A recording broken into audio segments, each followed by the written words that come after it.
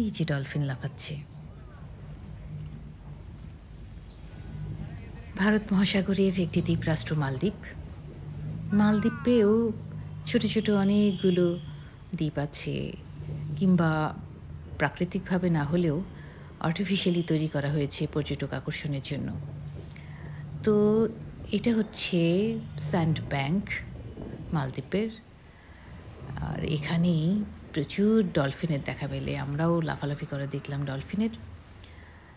তো ঘুরে ঘুরে আসলে আমরা দেখছিলাম, উপভোগ করছিলাম। মালদ্বীপের মূল আকর্ষণটাই আসলে ঘুরে বেড়ানো, বিভিন্ন রাইড, যেগুলো আকর্ষণ করে পর্যটকদের, এবং সারা বিশ্ব থেকে পর্যটকরা আসলে রাইডগুলোর উদ্দেশ্যেই আসে। তো এই যে স্যান্ড ব্যাংক কি অতুলনীয় সৌন্দর্যের একটা জায়গা, বসে থাকতেই ভালো লাগে। কিন্তু প্রচণ্ড তাপ, সমস্ত সূর্য ঢেলে দিয়েছে এখানে তাপ। তো আমরাও ঘুরে ঘুরে দেখছিলাম। এখানকার মূল আরেকটা আকর্ষণ আছে, সেটা হচ্ছে প্রচুর কড়ি পাওয়া যায়। আমরা যে কড়ির ব্যবহার করি, আগে তো টাকার বিনিময় মূল্য হিসেবে কড়ি ব্যবহার হতো। এই যে কড়ি খোঁজা হচ্ছে, বাপ মেয়ে মিলে কড়ি খুঁজছে, এবং আমরা প্রচুর কড়ি সংগ্রহ করে নিয়ে এসেছিলাম ওখান থেকে।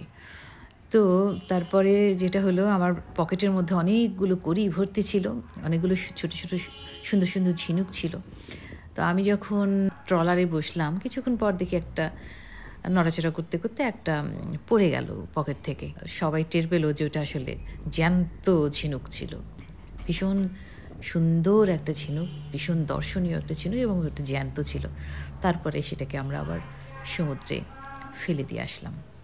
তো প্রত্যেকটা আসলে শহর কিংবা প্রত্যেকটা দেশ ঘোরার একটা আনন্দ আছে। সেই আনন্দ হচ্ছে জীববৈচিত্র্যের সাথে পরিচিত হওয়া, এবং সেই নির্দিষ্ট জায়গার জীবনযাপন সম্বন্ধে পরিচিত হওয়া। আমি জানতাম বাংলাদেশের খাল, বিল, হাওরে বড় হওয়া আমাকে পানি ততটা টানে না, কিন্তু এই ভারত মহাসাগরের কাকচক্ষু পানি সেই ধারণা একেবারে পাল্টে দিয়েছে।